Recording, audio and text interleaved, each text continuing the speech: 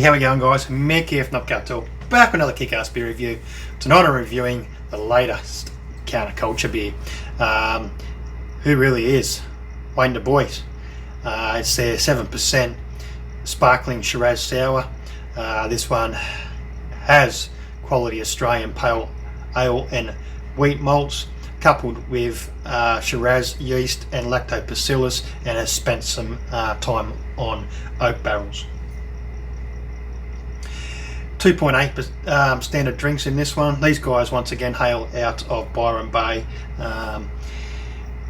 Just recently coming back down the coast from being in Queensland. Would have really loved to have stopped in and visited the brewery there, tap room, brew pub there in Byron Bay, but just didn't happen. Got to visit quite a few others there, particularly in Queensland. So, who really is Wayne Dubois? Born in southern France but stationed all over the globe, international can of mystery, Wayne Dubois recently fell into the hands of the fiends at Counterculture Lab. Among barrels and boilers, they transformed him into an intriguing hybrid of French sophistication and Australian good times. His sparkling Shiraz heart was fermented alongside the finest Australian pale and wheat malts and tannins hops, with a selected Shiraz strain and lactobacillus making him a soft and refreshing presence.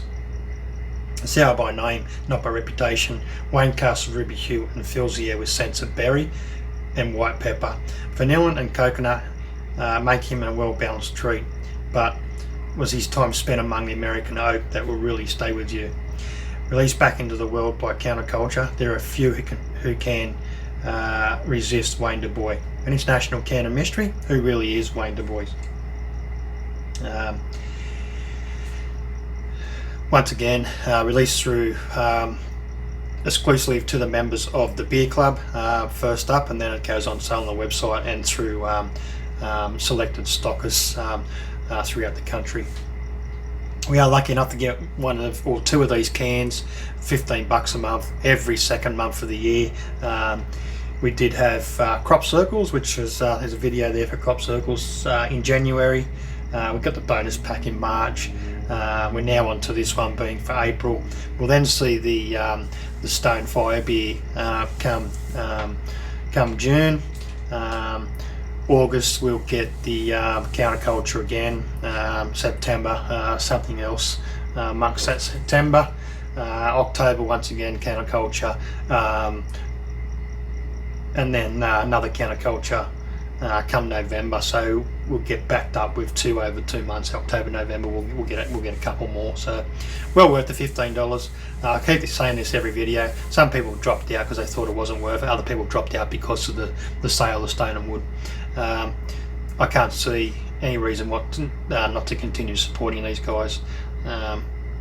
Their core range is still pretty good. It hasn't changed. I think people think it has. Psychologically, I think it's screwing with people's minds. But the Counterculture is definitely well worth it. Get this one poured up. Get some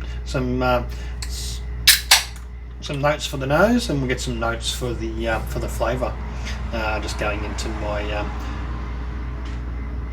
Stemless Shiraz glass of all things, from Tempest to Winery up in the Hunter Valley.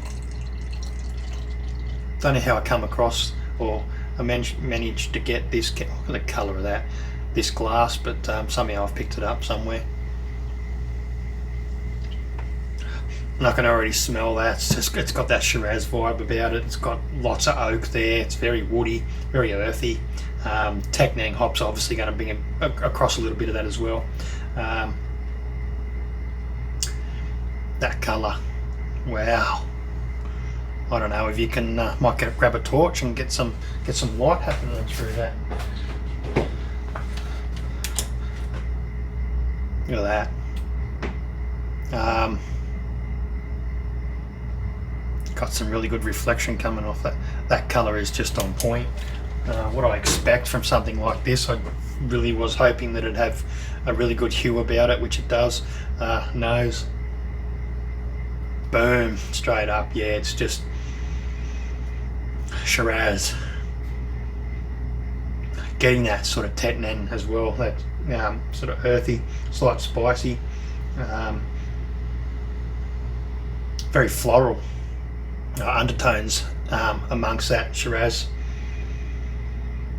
Plenty of oak there as well. I'm definitely picking up the barrels.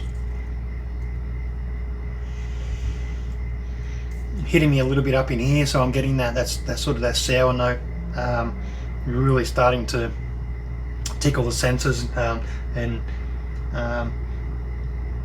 really starting to get the saliva happening across the palate. So it's definitely doing what it should do just on the aroma. Oh, beautiful taste.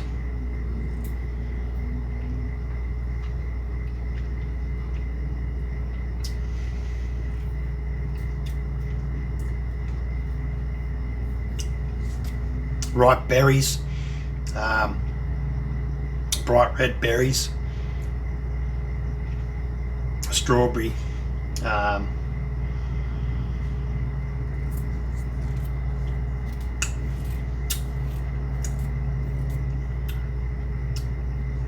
little bit of black currant there as well, which is a nice inclusion. Strawberries, raspberry, now that's really ripe, bright red berry sort of flavours coming across. That oak is sort of the last thing that comes through for me. Sourness is very, very upfront, so it hits you, and then those berry flavours really come across. Tannins are a really nice addition to this. Starting to get that little bit of a burn down the chest now, which I do get personally. I don't know if it's the same with other people, but personally I get that burn sort of going down the chest, almost like indigestion. But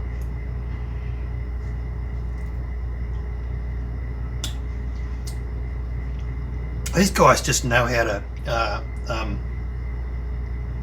nail a sort of punch in the face type sour, and but they're also really good at getting those descriptors, those flavours coming in behind it, so much so that when it first hits your palate, it's almost like it's very unbalanced, but then it just moves off really quickly, and then other things come through. So I don't know how many times it's taken them, how many goes it's taken them to get something like this nailed. We read about breweries all the time where they they do waste a lot of experimentation, so a lot of stuff gets tipped out because it just doesn't hit the mark for the brewers. So I feel these guys with their counterculture beers, they've got something really unique going on. There's something really good about what counterculture and Stone and Wood do, in particular. More of that barrel room sort of stuff coming across from counterculture now. They've been known quite good for their big IPAs in their counterculture series, and particularly their Stonefire beer. Everyone goes nuts for that every year that it comes out. Dark beers, they've been good with their dark beers, but I've seen a lot more of this barrel sort of more funkier, soury type stuff coming across from counterculture, and for some it might be very unwelcome because it's not for their palate, but for me, I'm finding it very welcoming. It's really sort of been driven away from that, what people expect from a limited release. We're seeing too many limited releases that surround double IPAs, triple IPAs, big ABV beers full of hops. These guys are just doing things simply, and still producing the goods. Anyway, I rate it.